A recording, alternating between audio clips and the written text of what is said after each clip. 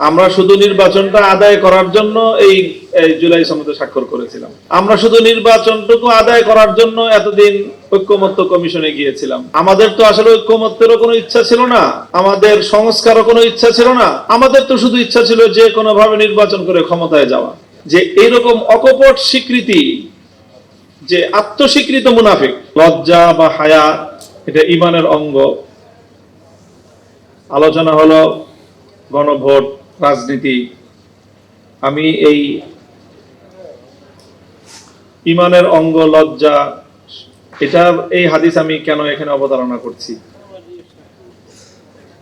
এর কারণ হলো যে হাদিসের ব্যাখ্যায়, এই হাদিসটার ব্যাখ্যায় একেবারে প্রাচীনকালীয় যারা ব্যাখ্যাকার, তাবেঈদের যুগে অর্থাৎ দ্বিতীয় শতাব্দীর, সেখানে খুব জনপ্রিয় একটা কথা হাদিসের ব্যাখ্যা গ্রন্থগুলোর মধ্যে বর্ণিত হয়। সেটা হলো ইজা লাম তাস্তাহি ফাসনা মা শিতা, যে যদি তোমার লজ্জা না থাকে তাহলে তোমার দ্বারা পৃথিবীতে সব ধরনের কাজই করা সম্ভব। হেন কোনো অপরাধ নেই নির্লজ্জ ব্যক্তি যেটা করতে পারে না।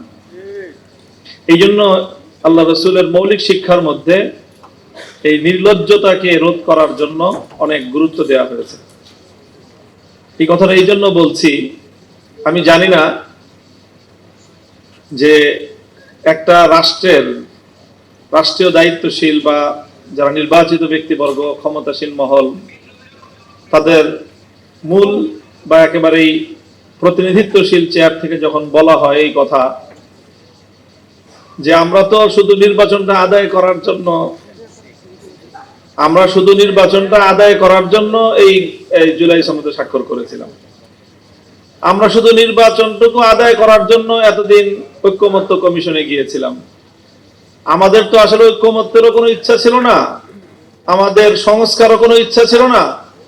আমাদের তো শুধু ইচ্ছা ছিল যে কোনো ভাবে নির্বাচন করে ক্ষমতায় যাওয়া। এই কথা যদি একটা শাসক মহলের প্রতিনিধিত্বশীল ব্যক্তিরা বলতে পারে, তো আমার কাছে তো আমার মনে হয় যে আকাশ ভেঙে পড়ার মতো। এটা কিভাবে সম্ভব? তো কাজেই আজকে জনগণকে, দেশের মানুষকে এই কথাটা বুঝতে হবে এবং তাদের কাছে আমাদের এই কথাটাই বলতে হবে যে এইরকম অকপট স্বীকৃতি, যে আত্মস্বীকৃত মুনাফিক,